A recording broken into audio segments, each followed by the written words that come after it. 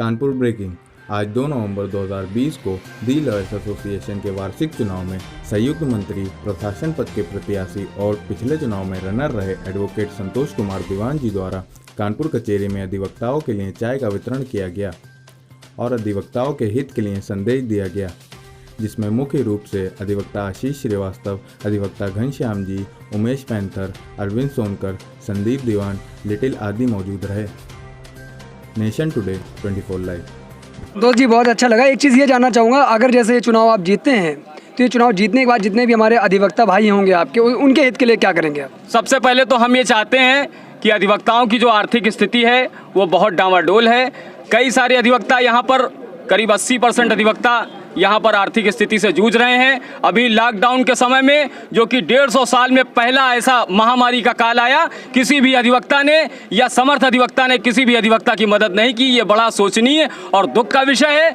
इस बार को, इस लॉयर्स को और कानपुर बार एसोसिएशन को और यहाँ के बार काउंसिल ऑफ इंडिया को, bar council of Uttar Pradesh को अपनी झोली में रखे हुए जो उनके पैसे नहीं हैं, इस अधिवक्ता के पैसे हैं, उसको सबको देना चाहिए, उनकी मदद करनी चाहिए। और जिस तरह से अधिवक्ताओं को वहां पर बुलाकर राशन के नाम पर बेइज्जत किया है, ऐसा काम दोबारा नहीं होना चाहिए। इसलिए हम लोगों ने यह प्रयास किया है, संयुक्त रूप से यह प्रयास कर रहे हैं, आप सब लोगों की ताकत से यह प्रयास कर रहे हैं कि ऐसा अब दोबारा ना होने पाए। और जब भी कोई ऐसी महामारी या इस तरह की कोई बात आवे तो हम सब लोग इकट्ठा होके, ये संस्था कोई उनकी नहीं है, ये संस्था हम सब की है। जो पैसा जमा हो रहा है, चाहे वो अधिवक्ता कल्याण के नाम पे जमा हो रहा हो, चाहे ये वकालतनामे के नाम पे जमा हो रहा हो, चाहे हमारी फीस के मार्फत से जमा हो रहा हो, ये सब अधिवक्ताओं का पैसा है, इस पे किसी का अधिकार नहीं है। ये सब हम लोगों की जरूरत पे मदद करने का काम करें। और संतोष दीवान अपनी आवाज से ये कहना चाहते हैं कि जब भी मामला होगा, संतोष दीवान जब भी ताकत में आएंगे,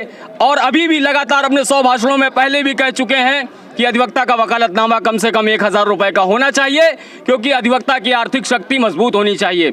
और इसके अलावा यदि संतोष दीवान यहाँ पर किसी ताकत को प्राप्त करते हैं आप लोगों के समर्थन से, तो निश्चित रूप से अधिवक्ता कल्याण के लिए हर वो काम करेंगे जो सिर्फ और सिर्फ अधिवक्ता कल्याण का है। और संतोष दीवान ना तो बिकने वाले लोगों में से है, ना हटने वाले लोगों में से है। संतोष दीवान अपना सिर्फ और सिर्फ काम करने वाले लोगों में से है, अधिवक्ता की लड़ाई लड़ने वाले लोगों में से है। धन्यवाद। हार्दिक शुभकामनाएं हमारी वकील साहब आपकी तरफ से। धन्यवाद। Subscribe now and press the bell icon. Never miss an update.